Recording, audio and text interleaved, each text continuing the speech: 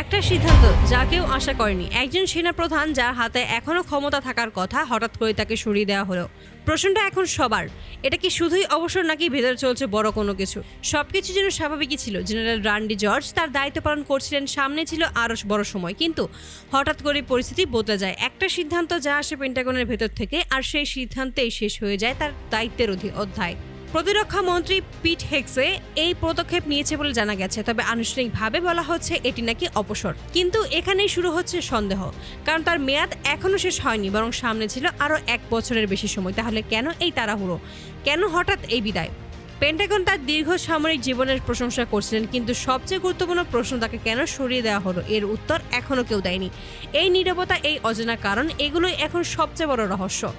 এদিকে একই সময় যুক্তরাষ্ট্রে জড়িয়ে পড়েছে এক ব্যয়বহুল সংঘাতে। ইরানকে ঘিরে চলমান যুদ্ধ পরিস্থিতি দিন দিন আরও জটিল হয়ে উঠছে। যুদ্ধ শুরু হওয়ার মাত্র 6 দিনের মধ্যেই খরচ হয়েছে প্রায় $11.6 বিলিয়ন।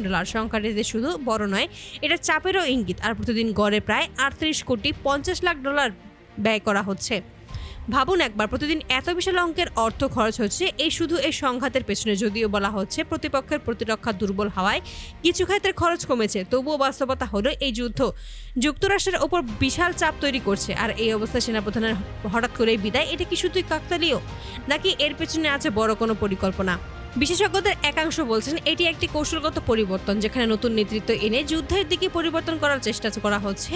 কারণ যুদ্ধের সময় প্রতিটি সিদ্ধান্তই গুরুত্বপূর্ণ এবং কখনো কখনো একটি পরিবর্তনই পুরো পরিস্থিতি বদলে দিতে পারে। অন্যদিকে যুক্তরাষ্ট্রের ভেতরেও বাড়ছে চাপ, অর্থনীতি, রাজনীতি, জনমত সবকিছুই একসাথে প্রভাবে ফেলছে। যুদ্ধের খরচ বাড়লে জনগণের প্রশ্নও বাড়ে, আর সেই প্রশ্নের উত্তর দিতে গিয়েই অনেক সময় বড় সিদ্ধান্ত নিতে হয়। এই প্রেক্ষাপটে সেনাপ্রধানের পরিবর্তন অনেক বড় একটি সংঘাত হতে পারে। এদিকে আন্তর্জাতিক অঙ্গনেও এই একই ঘটনা আলোচনায় এসেছে। মিত্র দেশগুলো নজর রাখছে, কারণ তারা জানে যুক্তরাষ্ট্রের প্রতিটি সিদ্ধান্তের প্রভাব বিশ্বজুড়ে পড়ে। নতুন নেতৃত্ব এলে কি বদলাবে যুদ্ধের কৌশল? কোনো নতুন পরিকল্পনা কি সামনে আসছে? এই প্রশ্নগুলোর উত্তর এখনো অজানা। কিন্তু একটি বিষয় পরিষ্কার, ভিতরে কোনো কিছু একটা ঠিক বদলিয়েছে। সব মিলিয়ে এখন শুধু একটি পথ পরিবর্তন নয়, এটি একটি বড় গল্পের শুরু হতে পারে।